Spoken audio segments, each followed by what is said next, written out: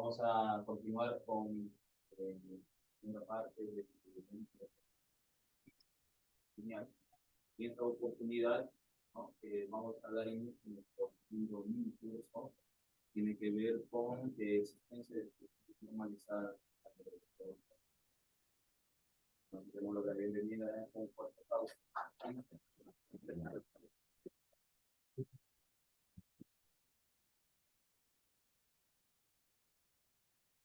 Buenos dias. Então, nós vamos hoje começar o nosso mini curso, sim, com 3 classes. E nesta primeira aula, nós vamos tentar fazer uma introdução e vamos falar um pouquinho sobre alguns resultados preliminares, sim. Nas outras 2 aulas, nós vamos aprofundar a nossa investigação e vamos mostrar alguns resultados que tínhamos feito com alguns amigos. Sim?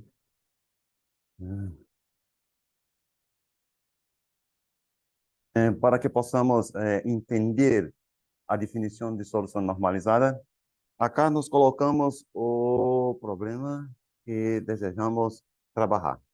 Nós temos acá um problema estacionário e nós desejamos encontrar uma solução para esta equação elíptica que está sujeita a esta restrição acá.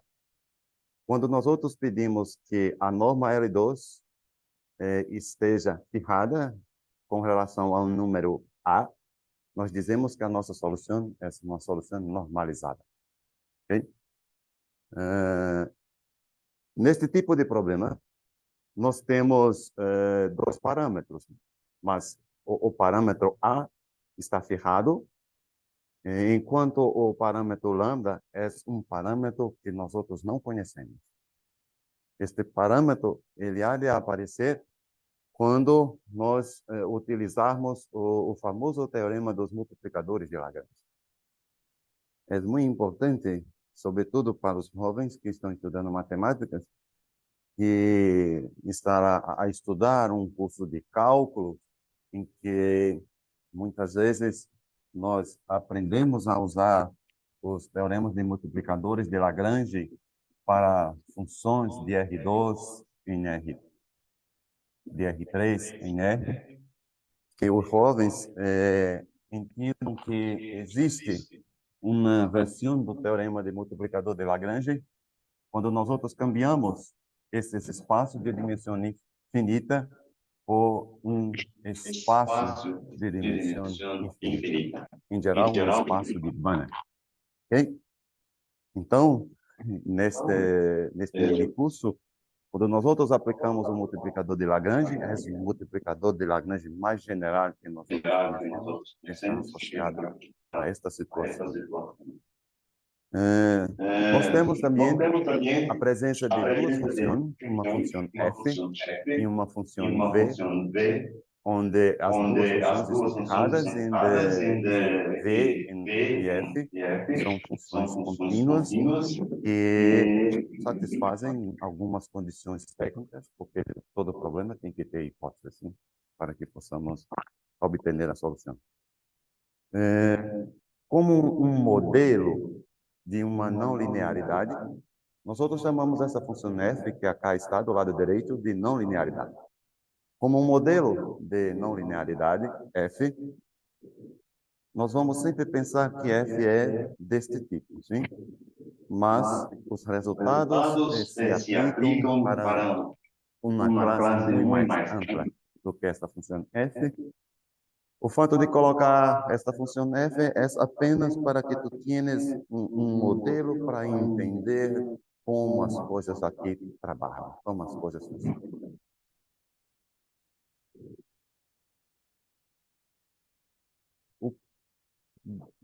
Nesta aula, muito do que eu vou falar tem a ver com todas essas referências que cá está, onde são referências de Jean Jean. Jean Jean é um investigador francês que é certamente o principal investigador na área de soluções normalizadas.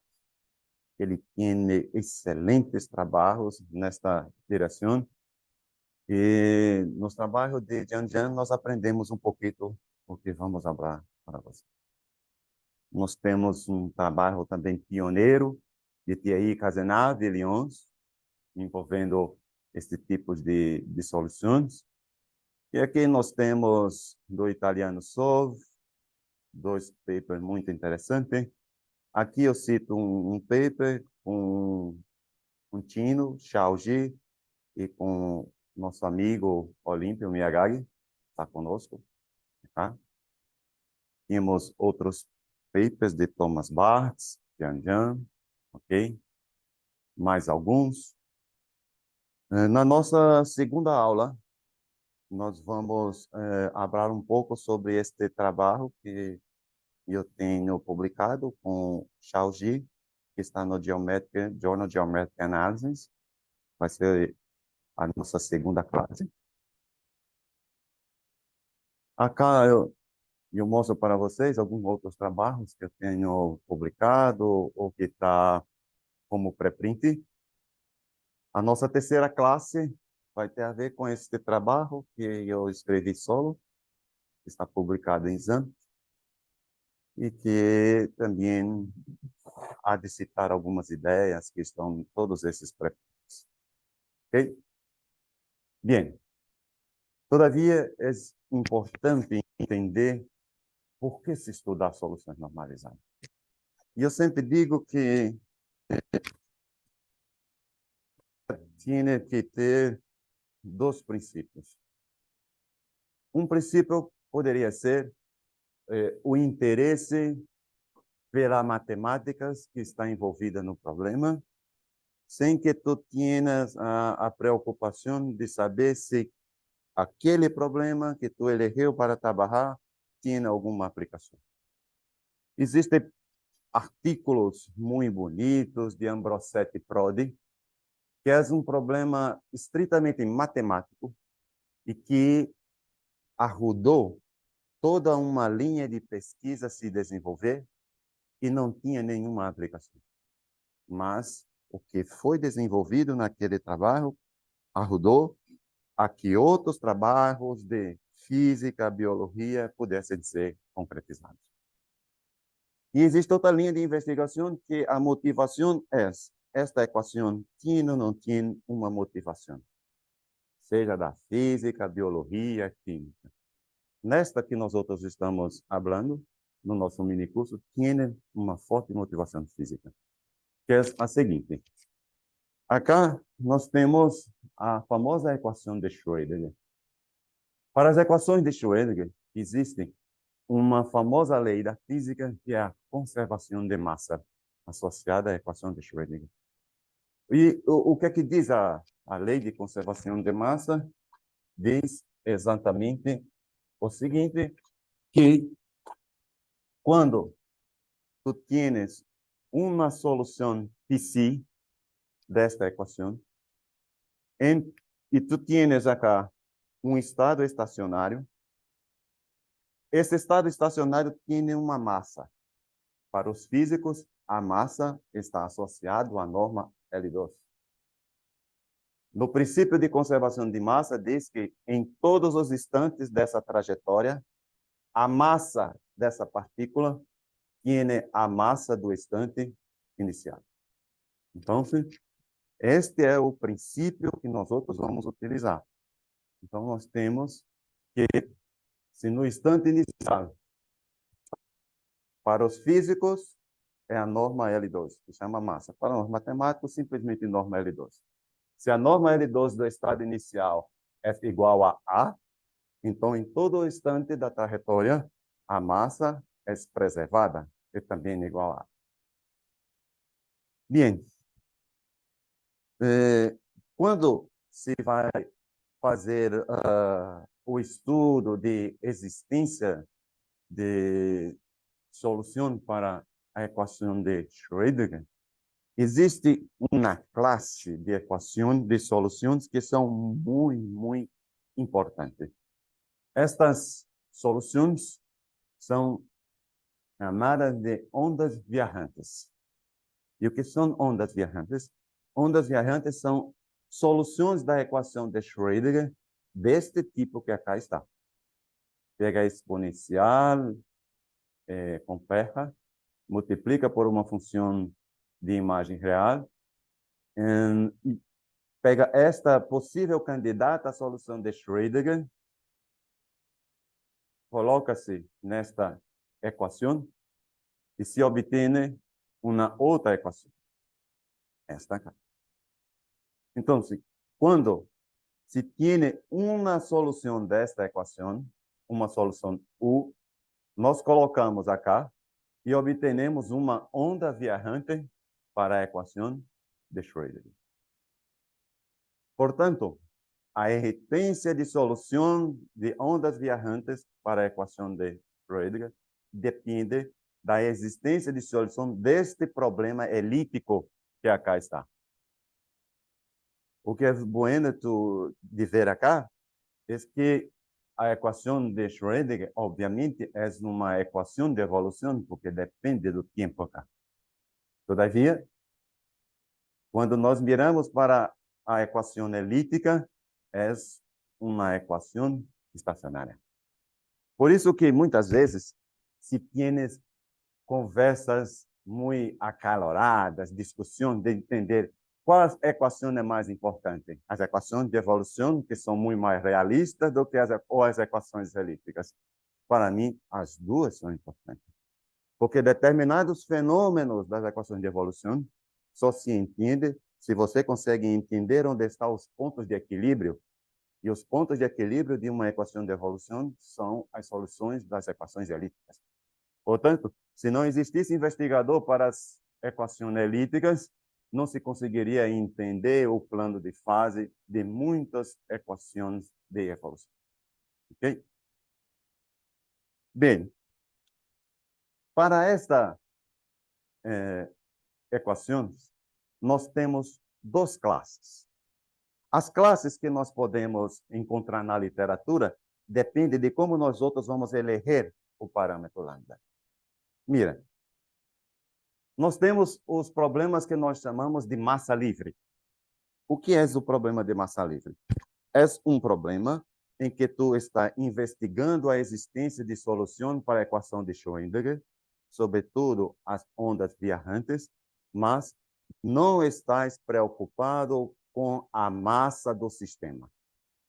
Então, tu podes colocar uma massa inicial qualquer e tu não estás preocupado se qual é a massa que tu queres trabalhar. Por exemplo, mira, tu tienes esta equação. Quando tu achas uma solução para esta equação, tu tienes uma onda viajante e essa onda viajante tem uma norma L2. Mas tu não estás preocupado qual é o tamanho da norma L2. Então, quando não há uma preocupação de como é essa norma L2, nós dizemos que o problema é livre de massa. Todavia, existem situações que os físicos estão estudando os problemas e eles precisam saber da existência ou não de solução com uma massa prescrita. Neste tipo de caso, nós outros chamamos de problema de massa prescrita. Bem, do ponto de vista matemático, como se é a diferença de trabalhar? Quando tu tienes massa livre, tu pode eleger qualquer lambda para resolver o problema. Então, muitas vezes, nós podemos chegar nesta equação 3 e eleger, por exemplo, lambda igual a menos 1, por exemplo. E quando tu elege lambda igual a menos 1, aquele problema 3 vai se escrever dessa forma.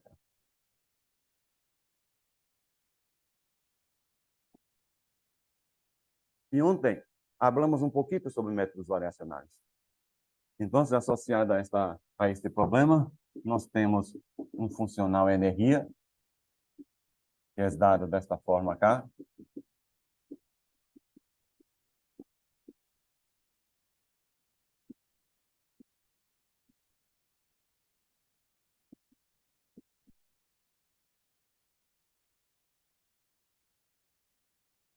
Onde G maiúscula, essa primitiva dessa função. E, portanto, do ponto de vista variacional, este funcional está muito bem definido, porque esta parte que acá está associada à norma do espaço At1 em Rn.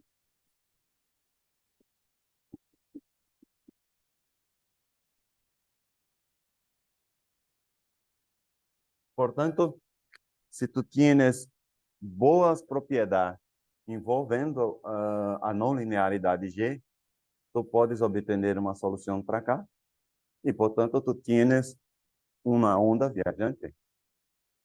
Ok? Uma onda viajante. Qual o tamanho da massa? Não sei, porque... No entanto, quando nós firmamos a massa, há um problema técnico muito difícil. Porque, neste caso, este parâmetro lambda K, nós não conhecemos. Como nós não conhecemos, nós não sabemos dizer o que colocar acá. Porque, dependendo do que se tem com relação a lambda, quando se pensa em colocar para cá, o que se apresenta cá pode não mais ser uma norma. Pode ser algo muito distinto. Ok? Então, se este é o grande problema de se trabalhar com a massa prescrita. E o que é que acontece, então, com a massa prescrita? A massa prescrita é um problema de achar ponto crítico de um funcional sujeito a uma restrição. Por isso que apresenta-se o lambda como o multiplicador de Lagrange. Porque, traduzindo este problema que acá está, o que nós outros queremos resolver, do ponto de vista de método variacional, é o seguinte: nós temos um funcional energia e nós desejamos encontrar um ponto crítico desse funcional energia no universo das funções que tem na massa que eu desejo encontrar. Neste caso, o universo é a esfera. Não é uma esfera em L2, mas isto é uma variedade de dimensão infinita. Isso daqui são os pontos que estão em At1, tal que a norma L2 é igual a A. Neste caso, o que nós temos aqui não é mais método variacional sobre um espaço de Banach, que teoricamente é uma variedade sem curvatura. O que nós temos aqui agora, o nosso desafio é trabalhar sobre esta variedade, encontrar o nosso funcional, agora está restrito a esta variedade, e tentar encontrar um ponto crítico. E aqui, nós outros precisamos entender um pouquinho de geometria diferenciada. E o que é encontrar um ponto crítico sobre uma variedade? É você lembrar que se tu tienes um ponto crítico, tu tienes sempre que trabalhar sobre o espaço tangente à variedade. Então, se isso não é uma tarefa muito simples, porque se nós outros, nos cursos básicos de geometria diferencial, com variedades de dimensão 2, 3, muitas vezes temos dificuldade de entender como é o espaço tangente, imagina em situações infinito-dimensionais. É um problema técnico muito, muito grande e muito, muito elegante.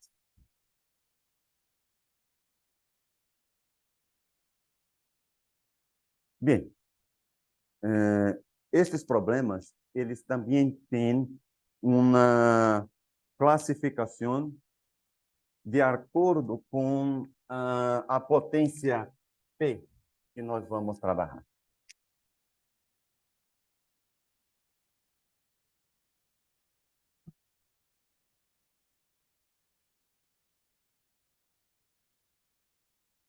Como nós outros falamos há pouco, vamos estar pensando a trabalhar em modelos desse tipo. Então, o nosso funcional energia é um funcional desse tipo.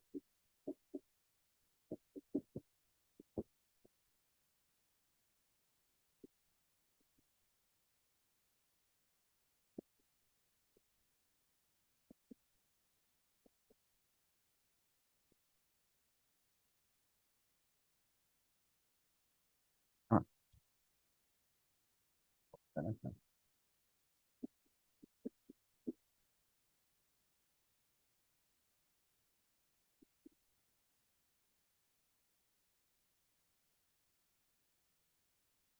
E o que passa com este funcional quando nós restringimos este funcional a esta variedade?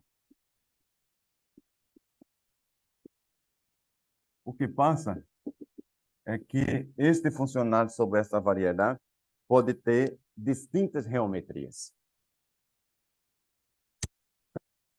Este número P, esta potência P, que acá está, ela estará a viver entre 2 e mais 4 cortado por N.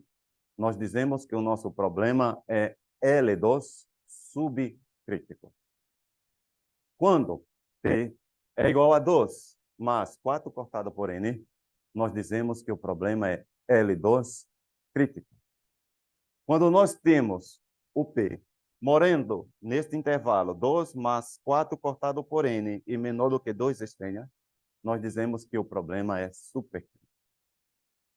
É importante entender que esta classificação não tem nenhuma relação com a classificação do problema ser subcrítico ou crítico no sentido dos espaços de Sobolev. Porque quando nós outros trabalhamos com problemas críticos desse tipo, por exemplo, nós dizemos que este problema é subcrítico quando esta função tem, por exemplo, uma estimativa do tipo 1 módulo de U elevado a P menos 1, com P e 2 extremos. Ele é dito crítico se tu tienes um crescimento K atinge este número. Para quem não sabe, 2 estrelas é 2N, N menos 1. É um expoente que sobra. E acá nós temos a situação supercrítico, que é quando você tem uma estimação deste tipo, todavia, P é maior do que 2. Então, esta classificação, ela está intimamente relacionada com a imersão de L2 dos espaços AT1 nos espaços de Lebesgue. Porque quando nós estudamos as imersões compactas, como eu sei que tem jovens acá, imersão compacta é o seguinte: tu tienes uma sequência acotada acá e tu consegues tirar uma subsequência que converge nesse espaço, mas com a topologia desse espaço, sim? Então, acá nós temos uma topologia, nós temos uma norma, e acá nós temos uma outra norma. Então, quando tu tienes acá uma sequência acotada, tu consegues mostrar que tu tienes uma subsequência e tu tienes uma função que vive acá também, tal que esta subsequência converge neste espaço. Isto é ser uma imersão compacta. Então, o que se sabe na teoria dos espaços de Sobolev? Que as imersões compactas elas vão sempre ocorrer se este número P está abaixo de 2 extremos. E quando se tem P igual a 2, há uma perda de compacidade. Por isso que este número é chamado um expoente crítico, porque é exatamente nesse número em que há uma perda de compacidade. Quando nós fazemos investigação usando o método variacional, é muito frequente ficar trabalhando com sequências. E o que nós outros queremos saber é quando uma sequência acotada que tem uma subsequência convergente. Então, saber se o crescimento da não linearidade está à esquerda, à direita, ou exatamente sobre esse expoente é fundamental para saber se nós poderemos ou não, dado uma sequência acotada, tirar subsequência convergente. Então, esta classificação não tem nada a ver com esta classificação. Daqui a pouco eu vou mostrar a vocês o que é que ocorre. Mas só falando um pouco mais, este funcional que está definido nesta variedade infinita dimensional, ele tem uma geometria. Que ele pode ter? Nós vamos observar o seguinte, que no caso L2, o funcional é acotado ou tem uma limitação por abaixo. Ok? Quando ele é, vamos para cá, supercrítico, ele não é acotado ou não tem uma limitação por abaixo. Mostra-se que esse funcional se vai para menos infinito. Para este caso, se a massa é chica, é possível mostrar que ele é também acotado por abaixo. Ok? Então, são duas geometrias muito distintas. Neste minicurso, nós vamos tratar do caso L2 subcrítico. Quem sabe, em 2025, se tiver outro encontro, nós outros falamos sobre o caso supercrítico. Sim?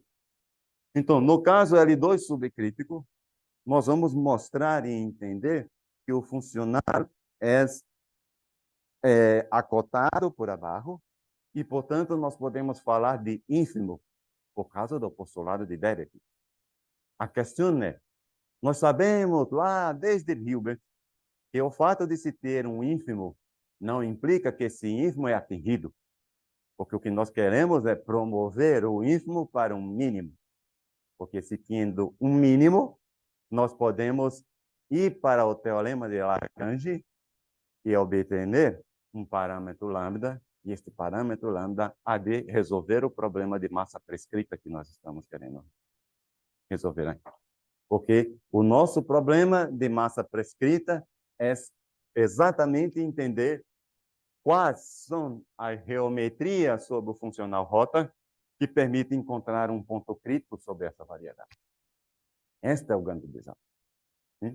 Por isso que ontem eu estava a dizer que na matemática moderna tinha que ter cursos básicos de geometria, tinha que ter cursos básicos de álgebra. Existem áreas das equações elípticas, né, que trabalham com teoria de Morse, que é álgebra muito profunda. Tem que saber álgebra para entender os grupos de homologia. Então, às vezes eu lá no eu quero estudar equações parciais porque não me gosta de estudar álgebra. Está totalmente enganado. Vai ter que estudar álgebra para que possa fazer trabalhos científicos de qualidade. Não quero estudar geometria. Não me gosta fazer aqueles desenhos, aquelas interpretações. Não, porque tem problemas elípticos que, se este domínio acá é um domínio que tem uma riqueza topológica, ele traz muito mais soluções para os problemas. E como tu vais entender se o domínio tem uma riqueza topológica se tu não sabe nada de geometria? Então, tu vai pensar que uma esfera tinha a mesma riqueza topológica de uma esfera menos um ponto. E não tem. Por incrível que pareça, uma esfera menos um ponto é muito mais rica topologicamente do que a esfera. Somente a esfera. Se tu tienes uma esfera e coloca no em espanhol como se fosse uma alça para pegar. Entende? Como se tu fosse sacar e jogar. Vou tentar fazer aqui um. Acá está a espera e tu coloca cá. Laço. Para isto é muito mais rico topologicamente do que a esfera. Então, se estes domínios têm muitos, mais e mais solução há de se ter. Mas então, para entender, você vai entrar no universo da teoria de luz de Nietzsche-Niemann, envolvendo esse tipo de problema. Ok? Então, por isso que eu digo, se um aluno deseja trabalhar comigo, ele já tem que entender. Em Campina Grande. Quando for na próxima viernes, eu vou falar um pouquinho sobre o nosso programa de pós-grado, porque quando for em novembro, nós outros vamos mandar para cá, para o Dr. César, uma prova de análise real, para que os alunos que queiram fazer maestria no nosso departamento possam fazer a prova. É uma prova que nós mandamos para todos os países, Venezuela, Colômbia, Chile, se tiver alunos interessados, e no próprio Brasil. E os alunos que têm o melhor desempenho, estes vão ter as becas que nós temos disponíveis. Sim? Então, nós já tivemos a oportunidade de ter alunos da cá, de Trujillo, que fizeram maestria conosco, e nós estamos querendo receber mais alunos daqui. Então, os alunos que estão terminando, estão todos convidados, se quiserem trabalhar conosco lá em Campina Grande, para fazer maestria e doutorado também. Sim? Mas tem que entender. Se quiserem trabalhar com nós outros, há de se estudar muita coisa. Álgebra, geometria, análise funcional, teoria da medida, álgebra não comutativa, etc. Não vou falar para vocês não desistirem, sim? Então, vamos para. Ok. Então, entender um pouquinho, é importante entender a classificação, porque muitas pessoas pensam que as classificações são as mesmas, mas não são. Acá está diretamente relacionada às dimensões compactas de Sobolev, enquanto acá nós temos uma classificação que está muito mais sujeita à geometria do funcionário. A classificação do problema, ela é feita de acordo com a geometria do funcionário. Bem, neste estudo de solução normalizada, aparece uma desigualdade que é um ponto clave para nosso estudo, que é a desigualdade de Gallardo-Nirenberg. A desigualdade de Gallardo-Nirenberg, que a cara está em roxo, diz que a norma LP tem um controle pela norma L2 e pelo gradiente da função. Ok? E isso daqui está a ser verdadeiro em qualquer função que está no espaço atiuno do Rn. Então, isso é fundamental. Mira, porque quando nós outros estudamos espaços de Sobolev, quando estamos a entender como essas imersões se valem, acá nós temos imersão contínua, função contínua, sim? Essencialmente, só que acá a função contínua que nós trabalhamos é com a função identidade.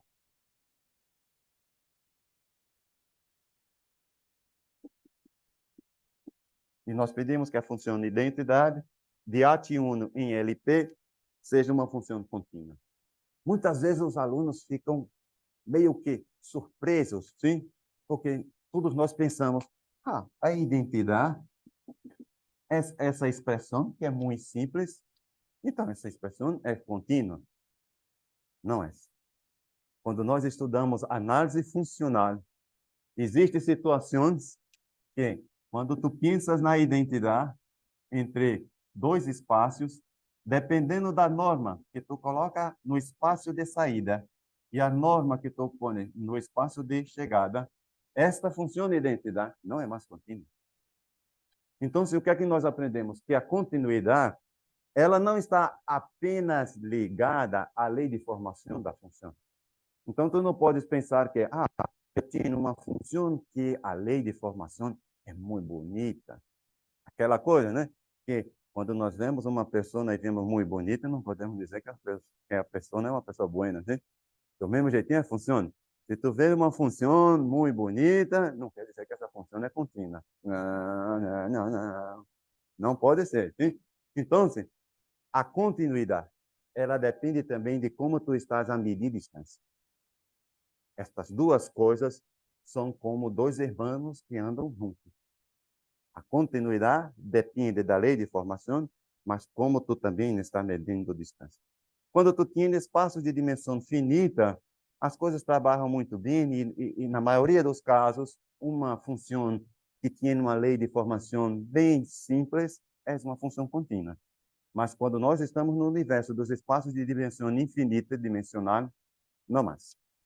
Por isso que acá nós pedimos que a aplicação identidade seja uma aplicação contínua e, neste caso, nós dizemos que temos uma imersão contínua.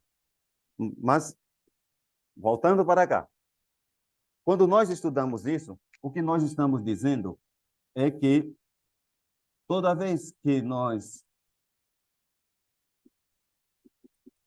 consideramos um número P que vive dentro desse intervalo, nós obtenemos uma constante C que depende de P, tal que esta norma cá, ela é controlada por arriba por uma constante vezes a norma daí. Só existe um espaço LP em que o lado direito é controlado apenas pelo gradiente.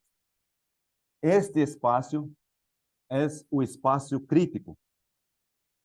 No espaço crítico, tu consegue controlar a norma L2 estrela pelo gradiente.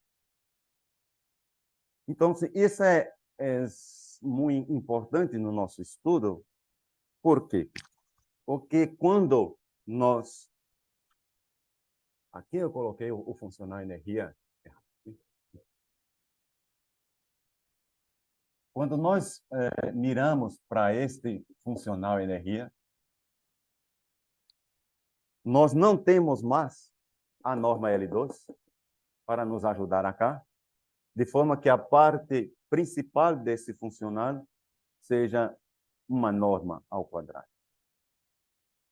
Em muitos casos, V pode ser zero. Se V pode ser zero, o funcional é esse. O meio da parte gradiente menos 1 sobre P dessa parte. Então, isto acá não é mais uma norma em ativo. Então, como nós outros vamos controlar? Vamos controlar pela identidade gladiar do Nirenberg. Porque, mira, quando nós estivermos sobre esta variedade, a norma L2 não cambia de valor. A norma L2 é sempre A. Então, acá nós vamos ter A. E agora, sobre esta variedade, as normas LP têm o mesmo fenômeno que a norma crítica tinha. Ela passa a ser controlada pela norma do gradiente. Esta é uma importante observação que se tem dentro dessa teoria da solução normalizada. Bem, então vamos ter em mente a definição da desigualdade de Galliard-Nirenberg. Sim? E vamos, então, a seguir no nosso estudo. Então, no caso L2 subcrítico, nós vamos ver que o funcional é acotado por abaixo, enquanto para L2 subcrítico, não se é mais. Em verdade, nós temos que o funcional se vai para menos infinito. Então, se vamos estudar o caso em que a função V é nula e f de t é a função valor absoluto de t elevado a p menos 2, multiplicado por t. E, neste caso, nós temos esse funcional energia que nós outros escrevemos aqui. Eu recordo que, quando eu comecei a estudar este problema, eu fiquei, por alguns dias, a pensar por que importantes matemáticos estão perdendo seu tempo a estudar esse problema. Esse problema é muito simples, né? Porque se funcionar, vai ser muito bom, ele é derivável, só que na hora que você vai, sobretudo, tratar o caso L2 supercrítico, como o funcional não é mais acotado por abaixo, tu tienes que desenvolver um passo de la montanha sobre a variedade. E isto não é uma coisa muito simples. E esse passo da montanha sobre a variedade infinito-dimensional foi feita por Jiang Jiang, Luiz Jiang Jiang.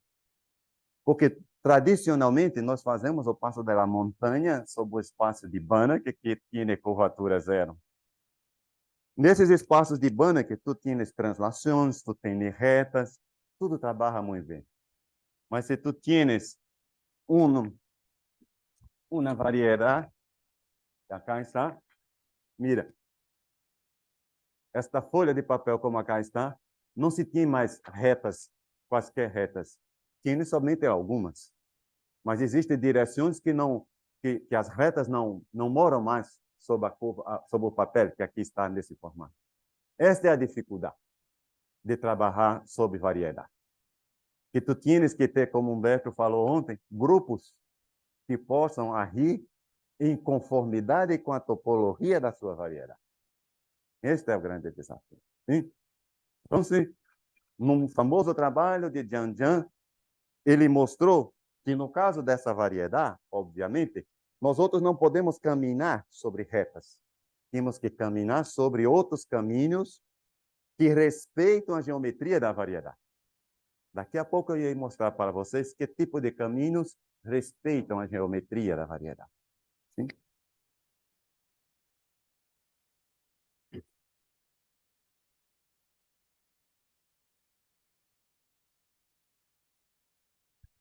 Ok. Vamos agora entender a classificação. Vai ficar muito claro a classificação de ser L2 subcrítico e L2 supercrítico. Mira, agora nós temos o nosso funcional energia. A primeira parte é a parte em que nós outros temos a norma L2 do gradiente ao quadrado, menos esta parte que é a parte LP na potência P. Neste momento, acá, nós usamos a desigualdade de Clariard-Nirenberg. Nós vamos controlar a norma LT usando a norma L2 e o gradiente. Só que acá, como o nosso funcional estará a morar sobre esta variedade, em que a norma L2 não cambia de valor, e que toda vez a norma L2 é igual a A, nós podemos trocar a norma L2, que tem valor A, acá, e vai ficar A elevado a essa potência. Mira como ficou muito interessante agora. Porque agora, se tienes uma competição entre a norma do gradiente em L2, na potência 2, com a norma L2 do gradiente na potência P, P índice P vezes P. Eu quero que tu recordes que este número beta P é um número que vem da desigualdade de Gagliardo-Nirenberg. É um número positivo. Então, quando tu mira para esta quantidade, tu tem que o funcional energia sobre esta variedade cumpre esta desigualdade. Acá, o que nós outros vamos fazer? Vamos associar o que está ao lado direito a uma função real. Mas, primeiro, eu quero que tu observes o seguinte, que acá nós multiplicamos e cortamos por 2. E, portanto, nós temos esse mesmo número acá e esse mesmo número acá. E que, então, quando nós comparamos, esse número está na potência 1 e esse aqui está nessa potência. E o que acontece com essa potência? Essa potência, ela é menor do que 1 se e somente se o P mora dentro desse intervalo, que é o intervalo L2 subcrítico. Então, o que é que acontece? Quando nós outros definimos esta função, temos que esta potência que acá está, ela é menor do que 1, portanto, esta função é coerciva. Como é uma função contínua coerciva, esta função tem um mínimo, ok? Mas não precisa nem ter mínimo, mas é acotada por abaixo. Tienes isso? E, portanto, o funcional energia, que essencialmente, quando nós temos acá, isto daqui é a função H nesta quantidade. E como a função H é acotada por abaixo, H nessa quantidade também é acotada. Portanto, nós temos que o funcional energia sobre esta variedade é acotada por abaixo quando o número P é L2 subcrito. Dito isto, nós temos então que este funcional, além disso, claramente, nós podemos ver aqui que esse raciocínio lógico que nós estamos usando também diz para nós outros que, além do funcional energia ser acotado por abaixo sobre esta variedade, em verdade, este funcional energia ele é coercivo. Para quem não sabe, a definição de coercivo é o seguinte: nós dizemos que o funcional é coerciva quando ela se vai para mais infinito, quando a norma vai para mais infinito. Isso é ser coercivo. Hein? Bem, por que este funcional é coercivo? Vamos para cá. Nós outros observamos que esta função não é uma função coerciva. Ela se vai para mais infinito quando t vai para mais infinito. E nós outros temos essa estimativa cá. Então, se nós outros colocamos acá uma função cuja norma em At1 vai para mais infinito, o que é que vai acontecer? Então, quando tu tienes a norma em At1, vamos pensar ao quadrado. Essa norma em At1 ao quadrado, ela é formada por duas partes. Uma parte está associada ao gradiente, a outra parte está associada à massa, a norma L2. Nós estamos trabalhando sobre esta variedade em que a norma L2 não cambia de valor. Então, esta quantidade é sempre A ao quadrado. Então, quando eu digo que nesta variedade a norma se vai para mais infinito, eu estou dizendo, na realidade, que esta quantidade vai para mais infinito. Então, a coercividade deste funcional sobre esta variedade está intimamente relacionada ao fato da norma do gradiente na norma L2 ir para mais infinito. Então, quando esta quantidade vai para mais infinito, como o H se vai para mais infinito, o funcional rota também vai para mais infinito e, portanto, rota é coercivo. O fato de um funcional rota ser coercivo é muito, muito bom do ponto de vista de método variacional. Por quê? Porque se nós tínhamos um funcional que era acotado por abaixo, o postulado de Dedekind diz que nós outros podemos falar de ínfimo do funcional. Se nós outros temos um ínfimo, sabemos da teoria da análise real, que associada ao ínfimo, nós sempre temos uma sequência que converge para o ínfimo. Então, quando nós estivermos acá trabalhando sobre esta variedade,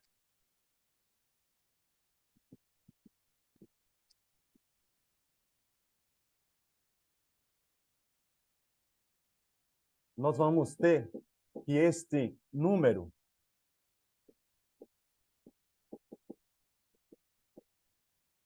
que é o ínfimo do funcional rota sobre a variedade, este número está bem definido. E pela definição de ínfimo, existe uma sequência dentro da variedade, tal que a energia dessa sequência converge para o ínfimo. Bem, Do ponto de vista de método variacional, nós sempre nos perguntamos, a sequência é acotada ou não? Neste caso, é muito bueno, porque o funcional energia é coercivo sobre esta variedade. E se esta quantidade converge para o número, esta sequência não pode ir para mais infinito. Porque se a norma de alguma subsequência fosse para mais infinito, esta quantidade ia para mais infinito. Então, isto daqui me diz que J coercivo implica que esta sequência é acotada em AT1. Se ela é acotada em AT1, como AT1 é um espaço de Hilbert, portanto reflexivo, nós podemos obter uma subsequência que tem uma convergência débil. Ok? Então, nós temos que, para cá, existe uma subsequência e uma função U que está em AT1, tá ok? Oh, vou bailar aqui. Então, vem para cá. Para aqui. Bem, para alguns jovens que não estudaram análise funcional, o que é isso? Que símbolo é este? Este símbolo é o seguinte, mira, eu não estou esquecendo de botar isso, sim? Não é esquecimento. A anotação é esta. Então, o que isto quer dizer quando nós outros estudamos análise funcional? É o seguinte, tu diz que esta sequência converge dele quando tu, ao considerar um funcional em AT1, um funcional linear contínuo, tu tens que L de UN, J converge para L de U. Então, toda vez que tu tens um funcional linear contínuo em AT1, quando tu consideras essa subsequência, tu tens que L de UN J converge para L de U em R. Então, claramente, se tu tens uma convergência na norma, a continuidade te dá isso. No caso da convergência Delve, você não precisa ter a convergência da norma, mas você simplesmente consegue provar que esse tipo de coisa ocorre. Bem, aqui está um dos grandes desafios que nós temos quando estudamos a existência de soluções normalizadas em todo o RN. Sim? O que acontece? Mira, quando nós estamos a obter a convergência Deb, nós outros não sabemos se o limite Deb muda na nossa variedade. Simplesmente por quê? Porque Rn é um domínio ilimitado. E nos domínios ilimitados, as imensões de Sobolev, nestes casos aqui, elas são apenas imensões contínuas. E, portanto, a nossa variedade não é uma variedade compacta na topologia Delve. Então, se nós outros não podemos afirmar que o nosso limite Delve mora nessa variedade. Acá também tem um ponto muito importante, porque alguns de vocês poderiam perguntar, professor, nós poderíamos estudar soluções normalizadas em domínios acotados? Sim. A lei de conservação de massa também ela ocorre para as equações de Schrödinger em domínio acotado. Em domínio acotado, nós não vamos ter esse problema, porque em domínio acotado, nós temos as imensões compactas. E quando nós temos as imensões compactas, nós podemos afirmar que, de fato, o limite Deb está na variedade. Então, sim, soluções normalizadas para o caso L2 é um exercício que os meus alunos de Campina Grande fazem. não existe problema em obter soluções normalizadas para domínios acotados para o caso L2 subcrítico. Vocês não vão encontrar artigos que fazem isso, porque isso, de fato, em inglês, is in homework. Ok? Para o caso acotado, o que é mais importante é o L2 supercrítico. Porque o L2 supercrítico não se tem mais a limitação por abaixo e, portanto, o desafio continua. Sim? Mas no caso do RN todo, L2 supercrítico, subcrítico e L2 supercrítico são coisas interessantes a serem discutidas.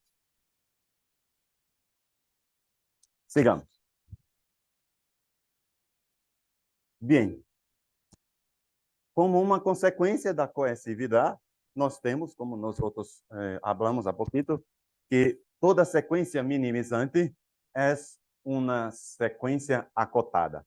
Sequência minimizante, para quem não está acostumado com este termo, é uma sequência na variedade cuja energia converge para o ínfimo. Qual é o nosso desafio? O nosso desafio é tentar, de fato, um mínimo, porque nem sempre um ínfimo é um mínimo, sim? Quando nós estudamos esta função f de t igual a e elevado a t, lá dos cursos de cálculo, f de r em r, nós outros sabemos que essa função tem este comportamento, sim? Esta função é acotada por abaixo, que é ínfimo, mas o ínfimo não é mínimo. Então, se existem funções que têm ínfimo, mas o ínfimo não é mínimo. Então, nós temos que investigar. Este ínfimo é ou não é um mínimo? Nós vamos mostrar que, de fato, sim. E quando nós mostramos que este ínfimo é um mínimo, nós vamos poder aplicar o teorema dos multiplicadores de Lagrange, que diz que sobre uma variedade infinito-dimensional, que é formada pela imagem inversa de um valor regular, se tem a existência de um multiplicador de Lagrange. Ok?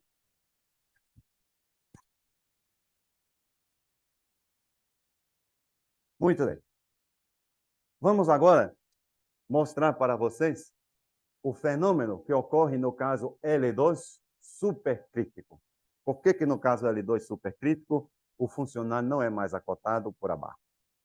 Neste caso, nós outros mostramos para você o caminho que preserva ou que leva em consideração a geometria dessa variedade. O caminho é esse. Para cada U e T, tu define este caminho. T elevado a N sobre 2, U que multiplica TX. Este caminho é um caminho que está acá. Ele mora, vive ao longo da variedade. Porque tu consegues mostrar que este caminho, ele preserva a massa. Essa é uma conta simples, sim? Vamos fazer?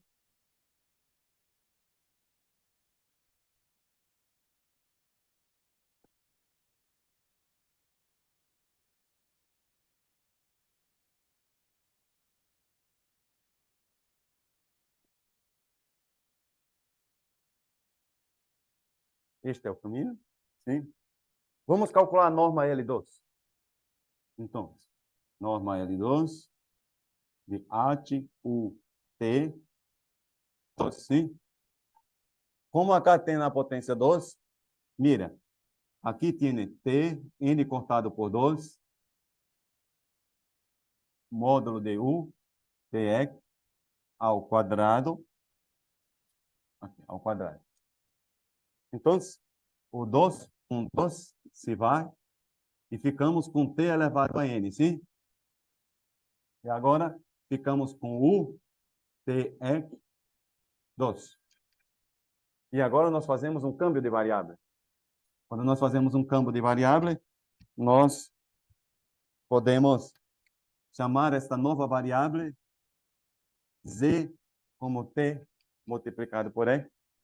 Quando você faz isso, tu tienes o determinante jacobiano, e no determinante jacobiano da mudança de variável vai aparecer t elevado a n cá. E vai cancelar com esse, e esse da cá mora na variedade. Portanto, é muito, muito bonito. Este caminho foi descoberto por Jean-Jacques. Então, e é este caminho que ele usa para fazer a geometria do passo da montanha sobre esta variedade. Então, também, mira como é interessante. A investigação em matemáticas, ela tem sempre aspectos que nós temos que ser bastante cuidadoso quando nós vamos falar a nossa opinião. Podemos dizer, o caso de domínio acotado é tudo muito simples, porque a variedade é compacta na topologia dele. Isso é mentira. Habla isso quem não entende o problema. Por quê? Porque para domínio acotado, esse caminho não preserva a geometria da variedade. E este é o grande desafio. Por incrível que pareça, os problemas de soluções normalizadas L2 subcrítico só têm 4 trabalhos. Imagina, 4 trabalhos para domínios acotados. Por quê? Porque para domínios acotados, o caso L2 subcrítico, os matemáticos ainda não conseguiram entender quais são os melhores caminhos que respeitam a geometria da variedade. Então, tem 3 trabalhos de alguns colegas da Bélgica, de Portugal. São trabalhos muito difíceis, que eu ainda não tenho condição de entender perfeitamente qual foi a lógica que fez com que esses autores definiram alguns conjuntos específicos e que conduziram a obter a solução normalista. E tinha um outro, em que eu desenvolvi um método, junto com um Tino, em que a gente mostra a existência de soluções normalizadas quando a massa é chica, é pequena. E por incrível que pareça, nesses 3 artigos, a massa também, no método que foi desenvolvido, é pequena. É pequena. Mas com o Tico nós mostramos, com o Tino, que tem uma maneira de se fazer isso. Então, esse artigo está submetido. Este artigo que eu passei muito rápido na lista de referências, sim.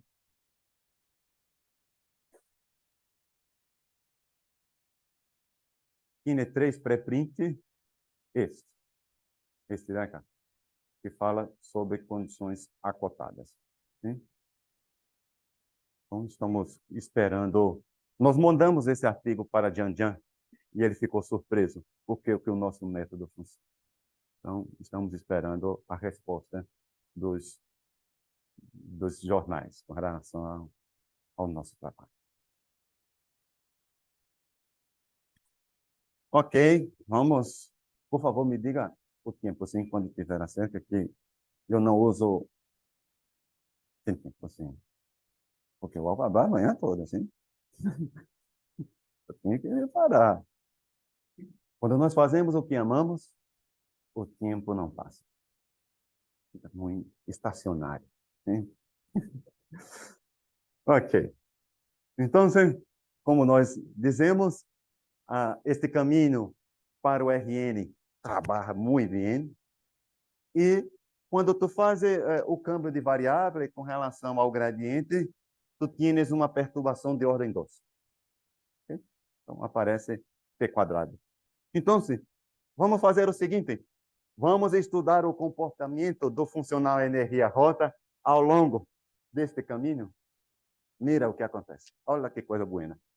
Rota ao longo do caminho, tem essa parte do gradiente, a parte da norma L2, da norma P, desculpa. Da norma P, tu fazes também um câmbio de variável, mesmo jeito, muito simples. Aparece essa potência em T e aqui T quadrado. Então, o que tiene? Tiene uma competição, sim? Porque tu tienes 2 termos. Tu tienes este termo, que depende de T quadrado, e tu tienes este termo que depende de T elevado a essa potência. O que acontece no infinito depende do que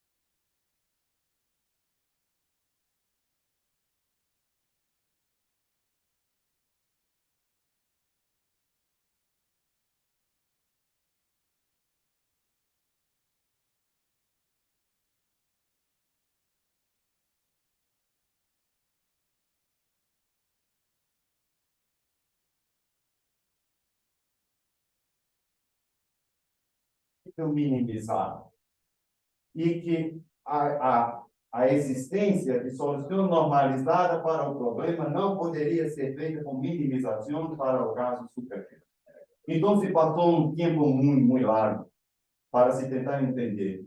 Então, China não tem solução normalizada para a elevação superficial. Então, Zhang veio e mostrou, tudo bem, não tinham mais a técnica de minimização, mas eu consigo fazer a técnica do passo dela vontade.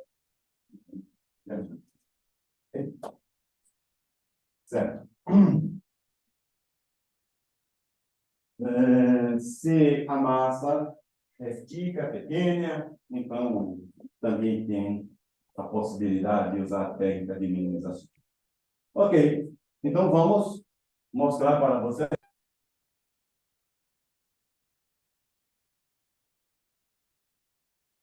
Vai se tornar um generado. Vai ser um limpa. Ok? Então, nós temos o funcional roda. Nós temos a nossa variedade. E qual é o grande desafio? O grande desafio é a falta de compacidade. O espaço atiuno, que nós estamos sempre a trabalhar, ele tem uma imersão contínua para estes espaços. Mas não há imersão compacta para nenhum pera. Não há imersão compacta. Não existe a possibilidade de, dada uma sequência cotada, tu obter acá uma solução que converge nessa topologia. Então, sim, o que é que os matemáticos perceberam? Tudo bem. Então, não tinha a imersão compacta, mas existem subespaços do H1, do AT1, que são muito mais ricos. Então, os matemáticos foram atrás de um subespaço muito rico, que é o espaço das funções que são simétricas. Você consegue mostrar que esse espaço é um espaço vetorial? Soma, produto por escalar. Então, e tu consegues mostrar também que esse espaço é um espaço cerrado, com relação à topologia do AT1. E existe um teorema muito famoso, que é devido a Strauss, que diz que toda sequência acotada em AT1, que é radialmente simétrica, ela tem uma subsequência que converge fora. Isto é um teorema de Strauss. Então, o que é que acontece? Mira, como é interessante a investigação em matemática. Tu olha para todo o universo, para todo o espaço AT1, e percebe que existem sequências que estão localizadas em certas regiões do AT1, que são acotadas, mas que você não consegue tirar subsequência que converge no sentido dela. Mas existem outras regiões de AT1 que, se a sequência lá morar e ela for acotada, você consegue tirar. Uma dessas regiões é este espaço. Existem muitas outras regiões do AT1 que você consegue fazer isso. Você consegue, por exemplo, pegar uma função e tu pega o Rn e faz Rn como sendo Rk cross Rm, né? Então, você divide o Rn como sendo Rk, Rn. E tu pode pedir simetria aqui, simetria cá. Não precisa ser simetria, não. E estes tipos de funções também têm uma riqueza topológica muito interessante. Ok? Então, o que é que vai se fazer? Vai se observar que neste problema de minimização é possível encontrar uma sequência minimizante que mora dentro desse subespaço.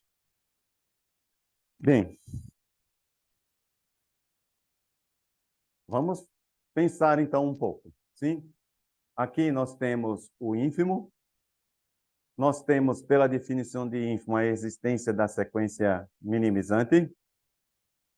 Vamos agora começar a falar um pouco mais sobre suposições que nós outros podemos eleger. Primeiro caso, sim? As nossas sequências minimizantes, elas podem ser elegidas como sendo funções não negativas. E para entender por que isto ocorre, basta lembrar que no espaço AT1 se tienes uma importante propriedade que diz o seguinte, que se uma função em AT1 de qualquer domínio pode ser acotado ou não, tu sempre tens que a parte positiva, a parte negativa e o módulo sempre mora em AT1. Para quem não sabe ainda o que é parte positiva, é se você pegar o máximo entre 1 e 0. Então, se você pega o máximo entre um número e 0, esse máximo tem que ser maior ou igual que 0, sim? Porque na pior das hipóteses seria 0. Se esse número for negativo, o máximo é 0. Se esse número for positivo, o máximo é ele. Então, o mais é maior ou igual que 0. O menos, às vezes, tem um câmbio de definição, mas tu podes pensar que é a parte negativa. É o mínimo entre 1 e 0. Então, se o mínimo for 0, tudo bem. Se o mínimo for 1, é porque 1 é menor do que 0. Então, ele é negativo. Então, esta é chamada parte positiva, esta é chamada parte negativa. Se tu tienes uma função assim,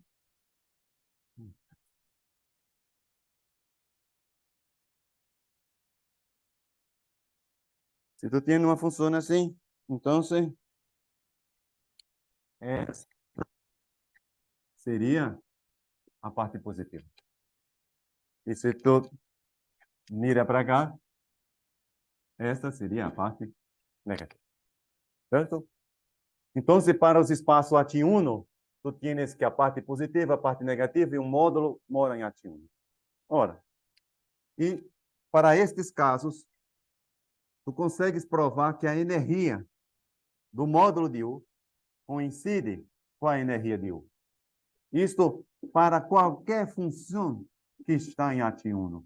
Não precisa nem estar na variedade. Qualquer função. Então, o que acontece? Quando tu pensa na sequência minimizante, a energia da sequência minimizante coincide com a energia desse daqui, e esse daqui converge para rota infinito. E o que acontece também? O que acontece também é que a norma L2, isso é um exercício simples de se fazer, de U coincide com a norma L2 do módulo de U. E se U está na variedade, então o módulo de U também está na variedade. Então, o que acontece? Acontece que se o N está na variedade, o módulo de UN está na variedade, e a energia do módulo de UN coincide com a energia de UN, portanto, tu pode cambiar esta sequência por esta. E, portanto, tu pode eleger como uma sequência minimizante em uma função que não cambia de signo. Sim? Aqui está.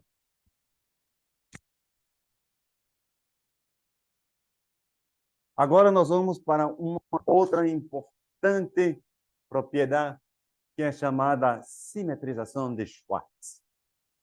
O que é que Schwartz? O que é que faz a simetrização de Schwartz? A simetrização de Schwartz é essencialmente o seguinte: nem toda função é simétrica. Então, tienes uma função que está definida nesta sala, neste ambiente, ela pode não ser simétrica.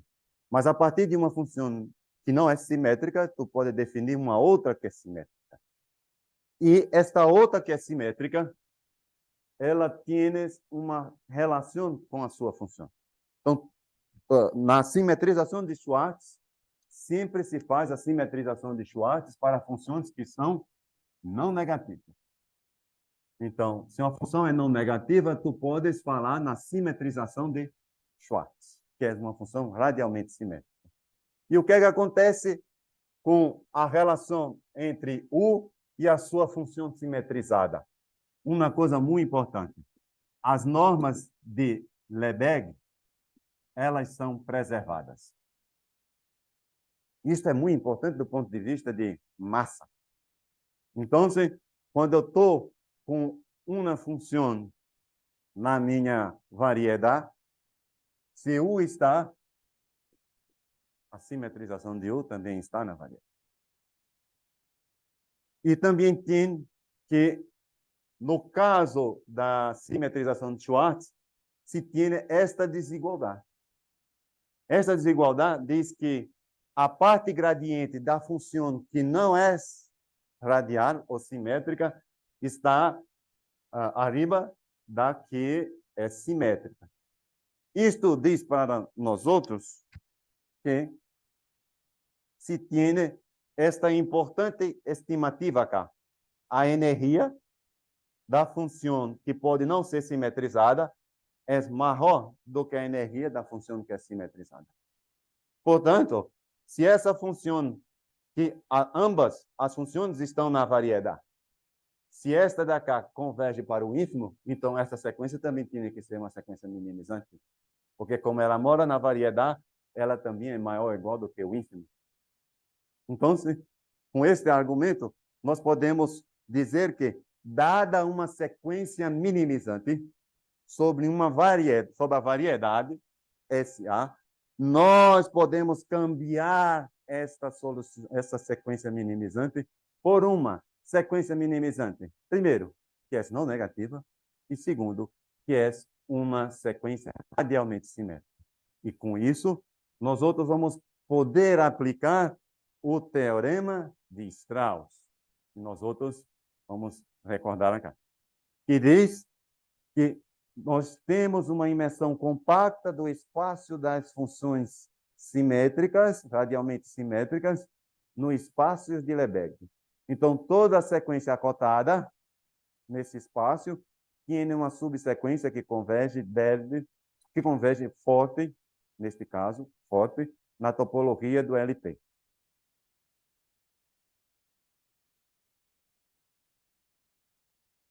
Dito isto, mira, então, nós podemos assumir que a sequência minimizante é uma sequência simétrica. Como o funcional rota é coercivo, nós temos que a nossa sequência é acotada em AT1, portanto, também no gradiente na norma L2 é acotada, e nós temos, obviamente, que por ser uma sequência minimizante sobre a variedade, se tem que a norma L2 é igual a A. Usando o fato de que AT1 é um espaço de Hilbert, portanto, reflexivo, nós temos a convergência Delve, e usando Strauss, nós temos a convergência forte para alguma subsequência. Em particular, nós temos o quê? Que esta nossa potência P que nós estamos trabalhando aqui, ela vive dentro desse intervalo. Então, nós temos também esta convergência aqui. E, portanto, que vale esta desigualdade. Essa desigualdade tem a ver um pouco com análise funcional. Deixa eu falar um pouquinho sobre isso. Né?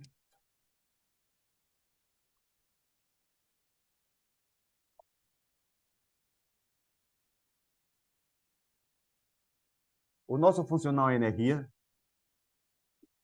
ele tem esta definição.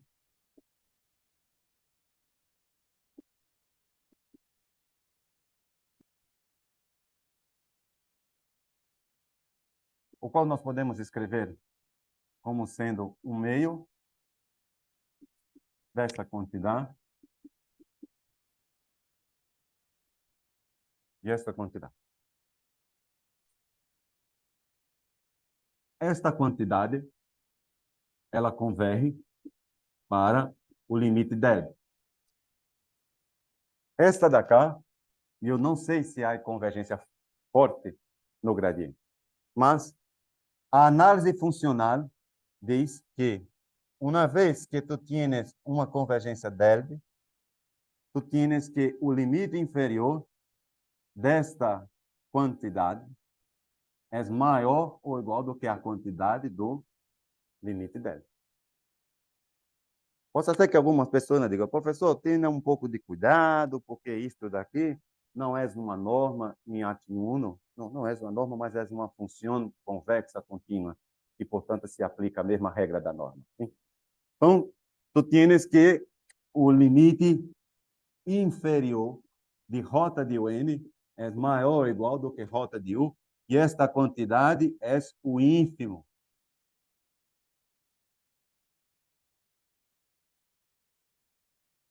Neste momento, o que nós mais gostaríamos de fazer, chega a minha mão está, ó, era dizer que, mas não podemos. Né? Por que não podemos fazer isso? Porque esta desigualdade só ocorre se eu sei que o meu limite dele está na variedade. E eu não sei se está na. O resultado de Strauss é muito bueno, muito bueno. Sim? Mas ele tem as suas limitações. Porque no teorema de Strauss, que acá está, mira, o número P, ele não pode ser o 2. Nem pode ser, obviamente, o expoente crítico. E a nossa variedade, ela mora exatamente no expoente 2. Então, nós ainda temos que seguir adiante. Temos que trabalhar um pouco mais para justificar o quê? Que este limite débil mora na variedade. Porque ele morando na variedade, nós vamos dizer que este ínfimo é um mínimo. Então, sigamos adiante.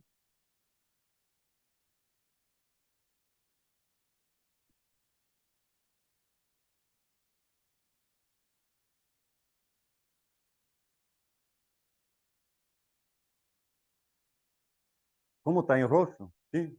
Se, isto é uma suposição, se U está na variedade, podemos concluir que rota de U é rota infinita. E, portanto, o teorema de Lagrange dos multiplicadores pode ser aplicado e nós vamos obter um parâmetro desconhecido, lambda, que cumpre essa condição. E acá é extremamente importante entender por que nós outros podemos aplicar o multiplicador de Lagrange. Porque a nossa variedade é uma variedade infinita dimensional que está associada à imagem inversa de um valor regular. Por isso que nós estamos sobre as hipóteses do teorema dos multiplicadores de Lagrange. Com esta com esta igualdade em 6, nós podemos reescrever essa igualdade em 6 do ponto de vista de solução Delby. E aí nós teremos obtenido uma solução normalizada para o problema que nós outros suponemos e, portanto, a equação de Schrödinger tem uma onda viajante com a norma L2 prescrita igual a A. Então, se algum físico precisar de uma solução com A igual a 1, tem. A igual a 2, também tem. E assim sucessivamente. Curiosidades. Como este parâmetro lambda é um parâmetro desconhecido, o que nós outros podemos saber sobre ele? Algumas coisas nós podemos afirmar. Por exemplo, nós podemos afirmar que este parâmetro lambda, ele é um parâmetro negativo. Ele é um parâmetro negativo. E eu não sei o valor do lambda, porque ele é desconhecido. Sim? Mas, como está em verde, esse lambda, ele é negativo porque tem uma identidade de Pohojaev que diz o seguinte: quando tu tienes uma solução de um problema elíptico deste tipo, e G é uma função bonitinha, tudo legal, então se tu consegues provar que o gradiente de U em L2, N-2, no Rn, é igual a... isso, é igual a esta quantidade. Isto é a famosa identidade de Pohoja. Então, neste caso, quando tu tienes este problema acá, tu aplica a identidade de Pohojaev com a função G como sendo esta quantidade acá. Quando tu aplica acá, só existe uma possibilidade para lambda tem que ser negativo. Ok?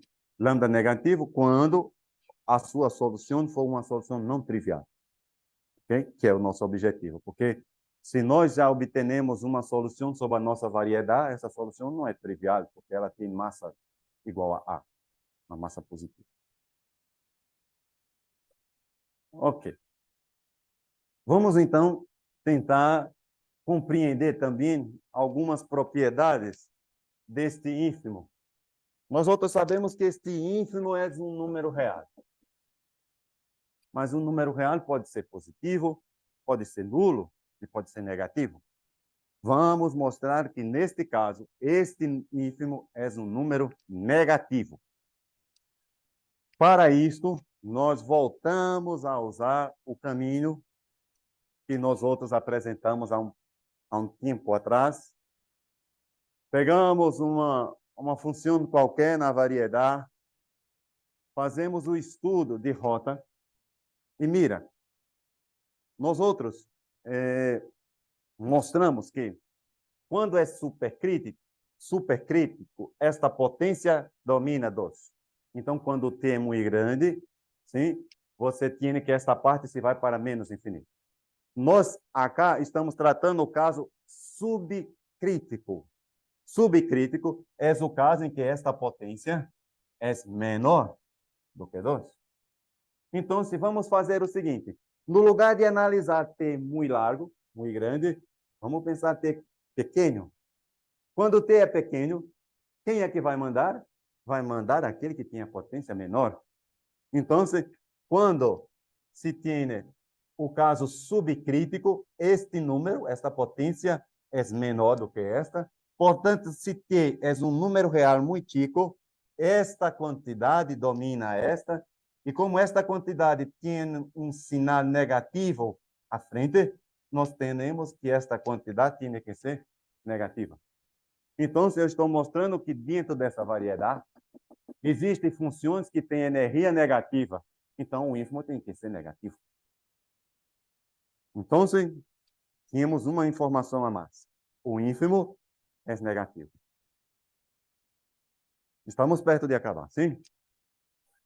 Vamos mostrar, então, que, primeiro passo, se eu quero mostrar que meu limite débil está na variedade, obviamente, a primeira coisa que eu tenho que ter é justificar que esse limite é não trivial. Porque se esse limite débil fosse trivial, ele nunca, jamais estaria na variedade. Porque quem está na variedade tem norma L2 igual a A. E A é positivo, errado. Então, vamos mostrar que o nosso limite débil é não trivial. Então, vamos supor, por absurdo, que ele é zero. Sim? Se ele for zero, como nós estamos trabalhando com uma sequência que é radialmente simétrica, e que nós temos uma convergência forte nos espaços LP, e como nós estamos supondo que U é zero, então nós temos que a UN converge forte para zero em LP. Agora, então, se isso acontece, o que é que vai acontecer? Eu quero que tu recorde que nós acabamos de mostrar que este número é negativo, sim? Este número é negativo. Mira, este número é esse. Este número é esta quantidade. E esta quantidade, acabamos de mostrar que vai para zero. Então, este limite é apenas o limite desta primeira parte. E esta primeira parte é limite de uma quantidade não negativa. Então, esse limite é maior ou igual que zero. Então, eu estaria mostrando que o ínfimo era maior ou igual que zero, mas não pode. Eu mostrei que o ínfimo é estritamente negativo. Então, o limite dele não pode ser zero. Ele é não nulo. Sim? Sigamos, para terminar. Agora, nós vamos finalmente mostrar que esse limite dele está na nossa variedade. Bem, como esta variedade é uma variedade que é obtenida via a imagem inversa de um valor regular, nós temos, primeiro de tudo, independente de qualquer coisa, que nós podemos aplicar o princípio variacional de Eckland, é um magnífico princípio, que vai dizer que, neste caso, quando tu tens uma variedade que é a imagem inversa de um valor regular, tu consegues entender melhor o que é que está acontecendo com a norma da derivada. Porque o que é que acontece quando nós outros estudamos variedade? Quando nós estudamos variedade, quando nós dizemos que uma sequência se vai para zero a derivada, isto é segundo a ação dos vetores que estão no espaço tangente. Aqui eu usei a notação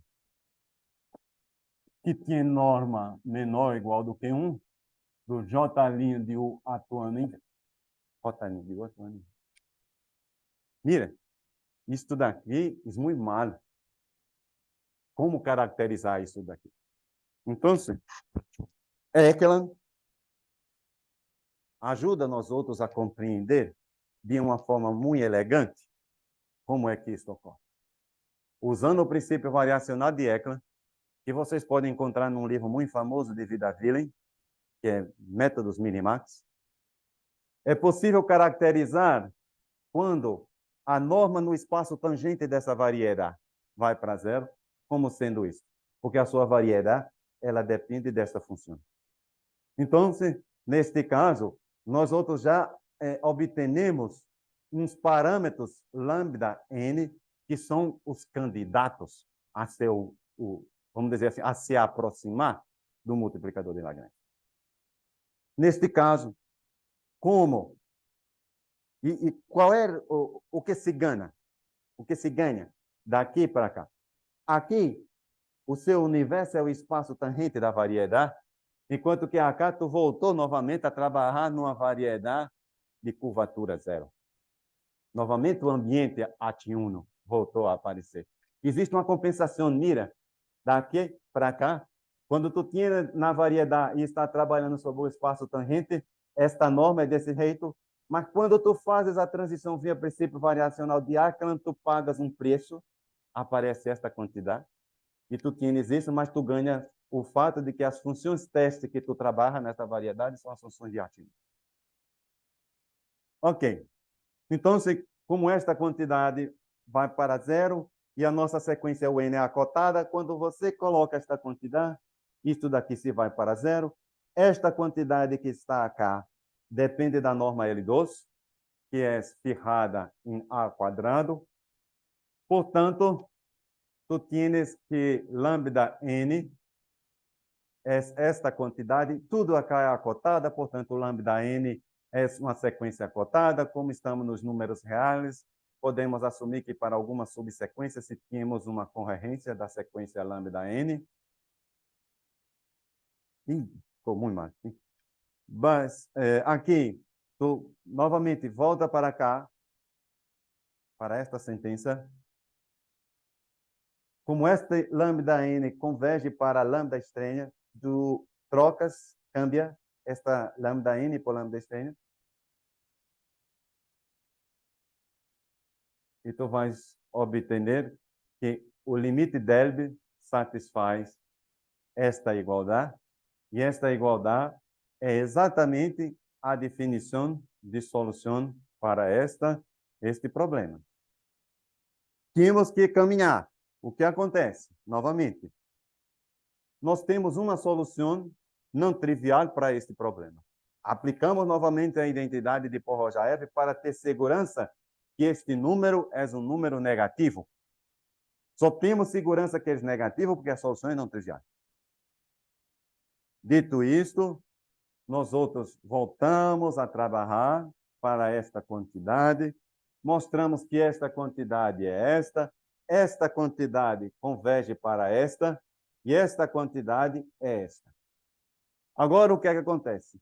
Lambda estranha é negativo, então esta quantidade é positiva. Então, o que nós temos é uma norma em AT1. E, portanto, nós estamos provando que a nova norma em AT1 de UN converge para a norma de AT1 e de U. Acá não ficou bueno. Depois eu vou cambiar a notação, porque parece que estamos no espaço tangente e não é. Então, nós temos a convergência forte e, portanto, finalmente, a U está na variedade. Ok? Então, é isto. Graças.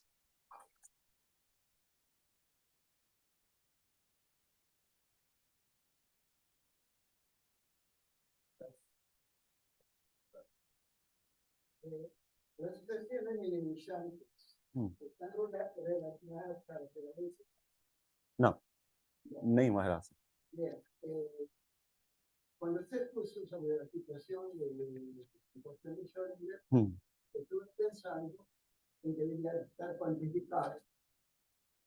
Si no está cuantificado, tiene un problema con la situación de la clasificación de partículas, que no hay clasificación fundamental, ¿no? Este problema es un problema de autovalor y autovalores. En su problema, posiblemente, lambda es el autovalor. Autovalor de operador não linear, altamente não linear. Ok. El potencial está relacionado en aplicaciones a la situación del electrón, porque este es un campo central, ¿no? Y luego prácticamente hay que hacer uso del momento angular también para poder tener soluciones.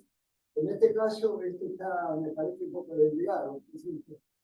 Impressionante o que está usted. Não, porque acá o que nós outros estamos apenas a mostrar é a existência das ondas viajantes. A interpretação física, por exemplo, eu não entendo. Então, o que eu entendo é que existe uma lei de conservação que diz que se tu tienes uma partícula, uma solução da equação de Schrödinger, se tu precisas encontrar uma solução que tenha uma massa prescrita, é possível obter. A interpretação física, se lambda é interpretado como um alto valor, ele tinha a ver com um tipo específico de partícula, isso nós outros, os matemáticos, não trabalham. Nós não vamos para este caminho. O caminho é apenas mostrar a existência. É como, por exemplo, muitas vezes ficar estudando estabilidade ou não de solução. Muitas vezes os investigadores de equações elípticas, como eu, muitas vezes mostramos a existência da solução estacionária e se ela é ou não uma solução estável ou não, isso é outro grupo de investigação que faz.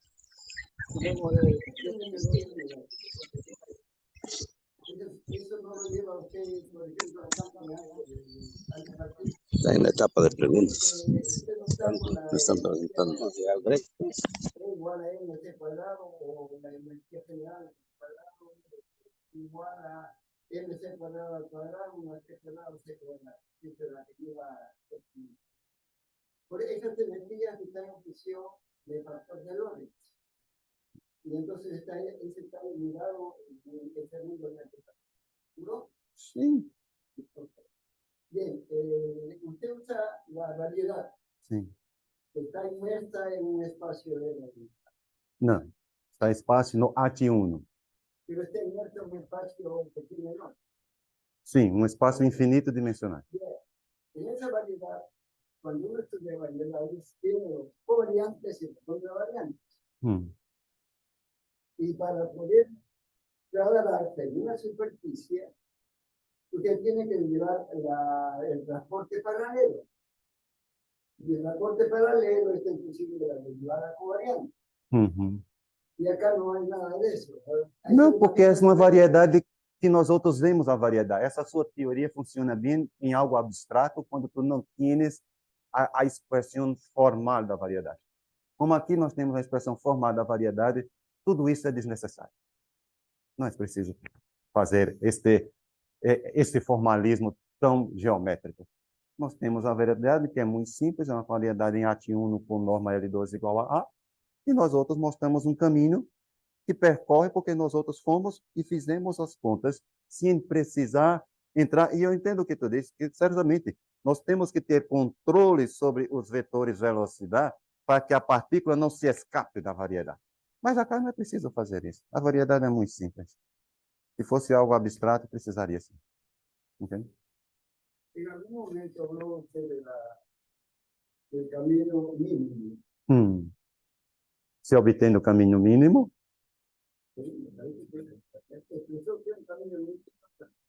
não se consegue perceber caminho mínimo. Não é possível.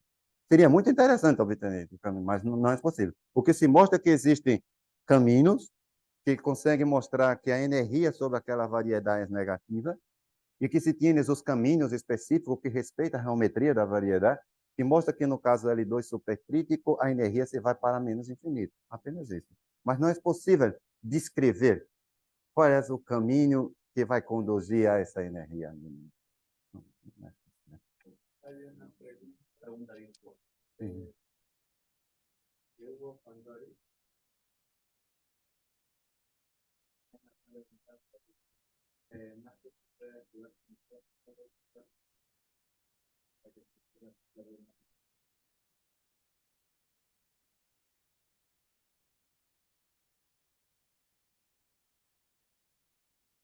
Profesor Condori, puede activar su micrófono para hacer su pregunta al profesor Claudio. Doctor, disculpe, quisiera hacerle una consulta. En su exposición usted abrió o partió para hablar de las soluciones normalizadas acerca de la conservación de la masa. Y si la masa no fuera constante, y si no se utilizara la conservación de la masa, es decir, ¿cómo sería en física, digamos, relativista, no considerando la conservación de la masa?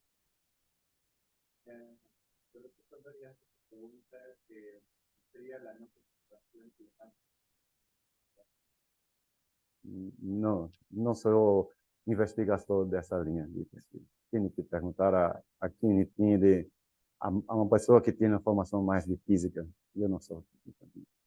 Gracias, doctor. Disculpe, otra consultita. Habló del funcional de energía. ¿Cómo es que se fija este funcional, doctor?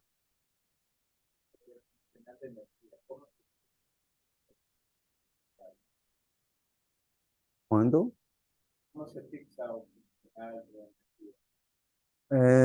Tiene que ter um curso introdutório de métodos variacionais para que, a partir da definição de solução de Elbe, a pessoa entenda qual é o candidato natural. Fica para mim muito difícil dizer em poucas palavras.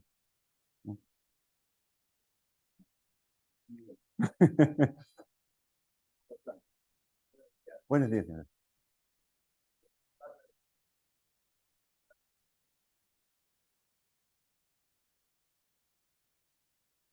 A curvatura? Não. Sim, neste caso não. Neste caso a curvatura não interfere. Entende? Porque neste caso a variedade, em um certo sentido, parece ser um pouco contraditório quando eu digo que é uma variedade simples, mas tem que ter tanta sofisticação para fazer. Mas neste caso não é necessário buscar compreender as questões de curvatura para este caso. Sim.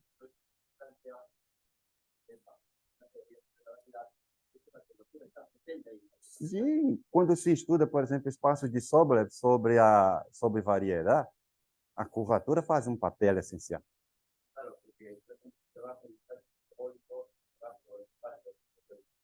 Hum. Sim, sim, certamente.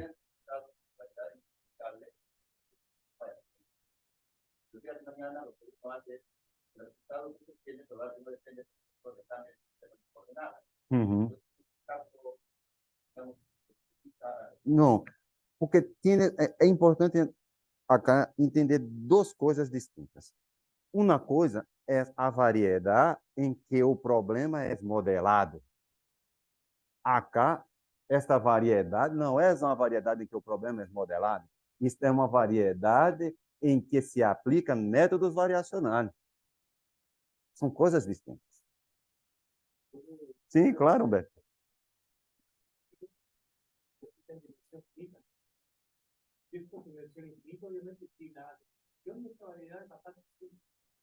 Considerar que se espera la cáscara, para la bola, ¿cierto? En H1, pero con la norma de Exato.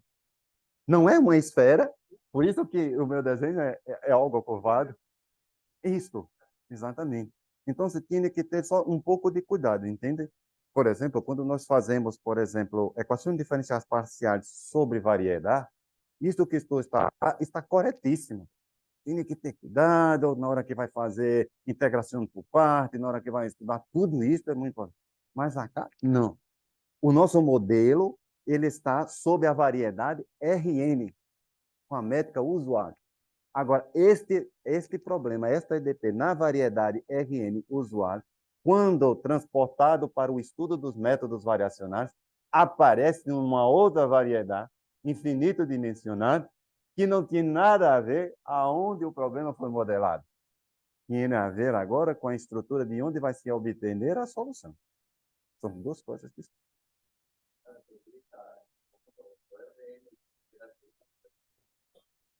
isso, o Rn, entende? Então a variedade, esta variedade, ela tem outra função, não é a função de modelar o problema. Sim?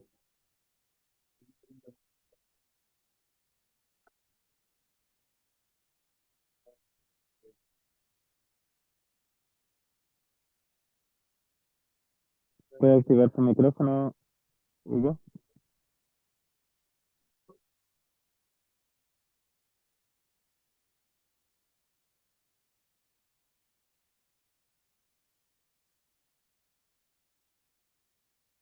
Hugo Condori, ¿puede levantar la mano? ¿Puede activar el micrófono, señor Hugo?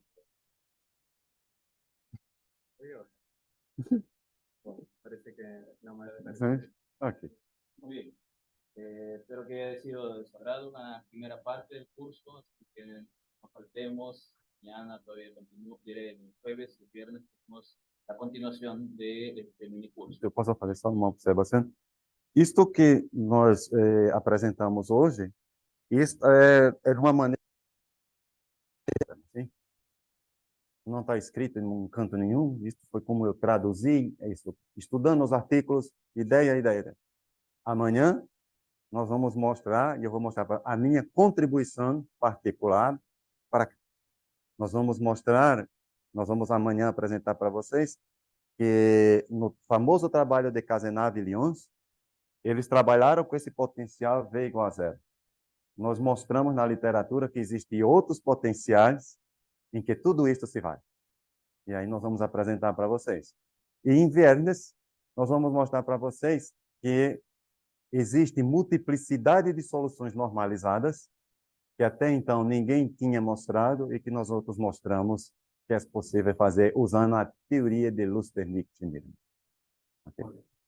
Una vez más,